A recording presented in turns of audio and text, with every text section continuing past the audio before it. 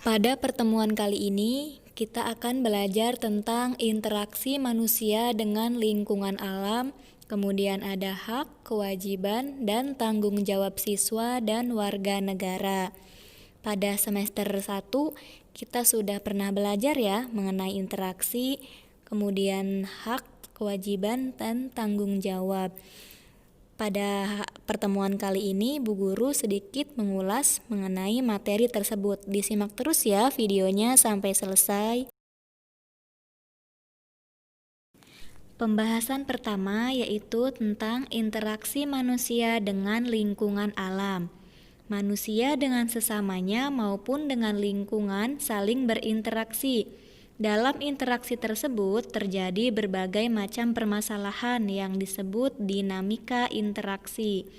Dinamika interaksi mendorong terbentuknya suatu perubahan kepada hal yang baik ataupun hal yang sebaliknya. Lingkungan tempat manusia hidup terdiri atas lingkungan alam, lingkungan sosial, budaya, dan ekonomi. Lalu, apa sih itu interaksi manusia dengan lingkungan alam? Interaksi manusia dengan lingkungan alam adalah hubungan antara manusia dengan lingkungannya yang melibatkan aksi dan reaksi, sehingga di dalamnya terdapat unsur saling mempengaruhi satu sama lain sebagai sifat alamiah dalam mempertahankan keberlangsungan hidupnya. Jadi, antara manusia dengan lingkungan itu saling berkaitan satu sama lain. Berikut contoh interaksi manusia dengan lingkungan alam. Manusia menyesuaikan waktu tanam dengan musim hujan. Pada gambar sebelah kiri menunjukkan manusia sedang bercocok tanam. Kemudian, manusia menyesuaikan waktu berlayar dengan keadaan cuaca. Sebelah kanan menunjukkan bahwa para nelayan akan berlayar mencari ikan menyesuaikan dengan keadaan cuaca. Interaksi manusia dengan lingkungan alam memiliki pengaruh yang sangat besar. Baik itu dilihat dari dampak positif dan dampak negatif.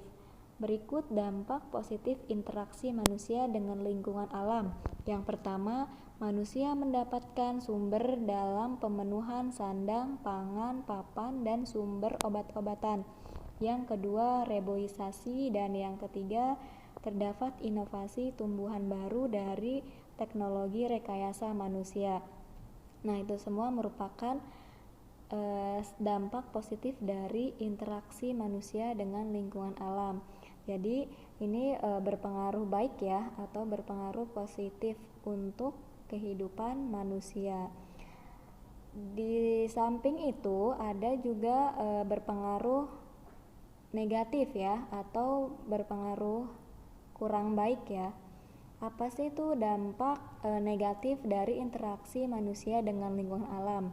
Yang pertama, peralihan fungsi dan rusaknya lingkungan alam. Yang kedua, adanya berbagai bencana alam seperti longsor, kebakaran, banjir, dan lain-lain. Yang ketiga, matinya hewan-hewan di sekitar lingkungan manusia. Dan yang terakhir, pencemaran air, tanah, dan udara. Apabila kita tidak menjaga dan tidak melestarikan lingkungan dengan baik, maka akan menimbulkan dampak negatif dari interaksi manusia dengan lingkungan alam. Anak-anak Bu Guru yang soleh dan soleha, mari kita menjaga dan melestarikan lingkungan alam ini dengan baik, agar tidak terjadi dampak-dampak negatif dari interaksi manusia dengan lingkungan alam tersebut. Selanjutnya yaitu muatan pelajaran PKN mengenai hak, kewajiban, dan tanggung jawab siswa dan warga negara. Di semester 1 kita sudah pernah belajar ya mengenai hak, kewajiban, dan tanggung jawab. Nah, selain kewajiban-kewajiban yang harus kita penuhi, maka kita juga harus tahu mengenai hak-hak kita sebagai siswa dan seorang warga negara Indonesia. Apa sih itu hak? Hak adalah sesuatu yang kita peroleh atau segala sesuatu yang kita dapatkan oleh setiap orang ya, yang telah ada sejak lahir bahkan sebelum lahir. Nah, itu yang dimaksud dengan hak. Kemudian apa aja sih hak-hak kita sebagai siswa? Ada beberapa poin ya. Yang pertama, berhak mengikuti pelajaran dan mendapatkan pelajaran selama tidak melakukan kesalahan. Yang kedua, berhak membaca dan meminjam buku yang ada di perpustakaan. Yang ketiga, berhak menggunakan semua fasilitas yang ada di sekolah dengan ketentuan yang berlaku. Yang keempat, berhak mendapatkan penghargaan atas prestasi yang diperoleh. Yang kelima, berhak mendapatkan bimbingan dengan masalah yang dialami. Maksudnya apa? Maksudnya, jika siswa belum memahami pelajaran, siswa berhak mendapat bimbingan dari guru agar bisa membaca dan dapat memahami pelajaran yang diberikan. Yang keenam, berhak mendapatkan ilmu keagamaan dan keterampilan tertentu. Yang ketujuh, berhak mendapatkan perlakuan dari guru. Dan yang terakhir, berhak memperoleh nilai hasil belajar atau hak kita sebagai siswa kalau kita sudah mengikuti pelajaran itu akan mendapatkan hasil belajar atau evaluasinya itu dalam bentuk raport ya. Itu semua merupakan hak sebagai siswa. Kita mengetahui hak-hak sebagai siswa, selanjutnya ada hak sebagai warga negara. Ada 6 poin ya. Hak yang didapat atau yang diperoleh sebagai warga negara. Yang pertama, hak mendapatkan perlindungan. Yang kedua, berhak mendapatkan pekerjaan dan penghidupan yang layak. Yang ketiga, berhak mendapatkan kedudukan yang sama di mata hukum dan pemerintahan. Yang keempat, bebas untuk memilih, memeluk, dan menjalankan agama yang dipercayai. Yang kelima, berhak memperoleh pendidikan dan pengajaran. Yang keenam, yang terakhir, memiliki hak yang sama dalam kemerdekaan berserikat, berkumpul, dan mengeluarkan pendapat secara lisan dan tulisan sesuai undang-undang yang berlaku. Setelah kita mengetahui hak-hak sebagai siswa dan warga negara, untuk selanjutnya kita akan mempelajari kewajiban sebagai siswa dan warga negara. Sebelum kita mengetahui kewajiban siswa dan warga negara, terlebih dahulu kita mengetahui apa sih itu arti dari kewajiban. Kewajiban adalah segala sesuatu yang wajib dipatuhi dan dilaksanakan. Itu merupakan arti dari kewajiban ya. Untuk selanjutnya ada beberapa poin kewajiban sebagai siswa. Yang pertama, mengikuti seluruh kegiatan sekolah sesuai dengan ketentuan yang berlaku.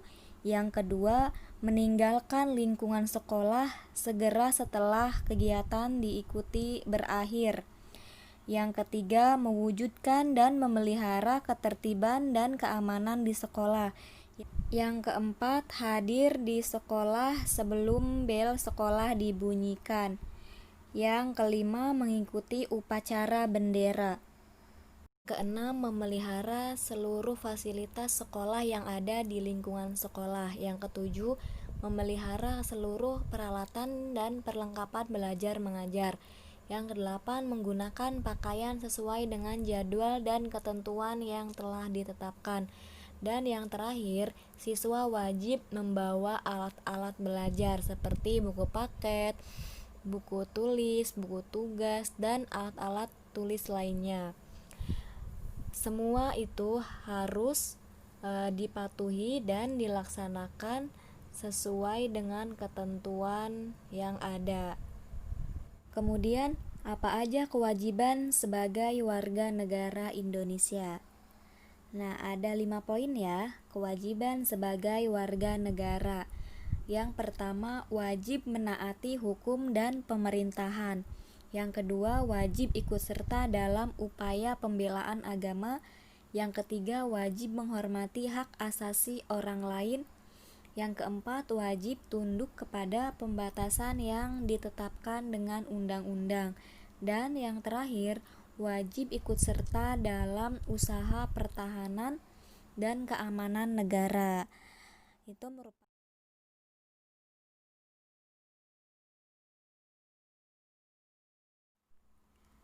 pembahasan yang terakhir, yaitu mengenai tanggung jawab sebagai siswa dan warga negara.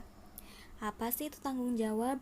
Tanggung jawab adalah sikap menyadari dan siap melaksanakan tugas dan kewajiban yang dimiliki. Jadi tanggung jawab ini dilaksanakan tanpa perintah atau paksaan dari orang lain. Jadi hak dan kewajiban sebagai siswa, ada tanggung jawab sebagai siswa yang harus diperhatikan juga. Yang pertama, pahami tugas dan kewajiban di sekolah.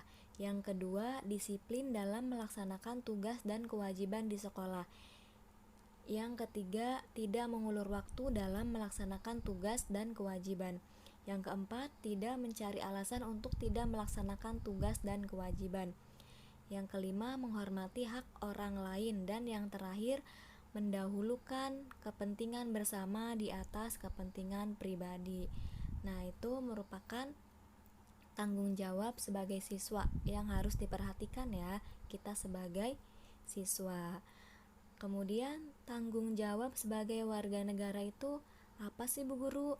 Ya, tanggung jawab sebagai warga negara meliputi tanggung jawab terhadap diri sendiri, tanggung jawab sosial, tanggung jawab nasional, tanggung jawab kemanusiaan, dan tanggung jawab terhadap Tuhan Yang Maha Esa.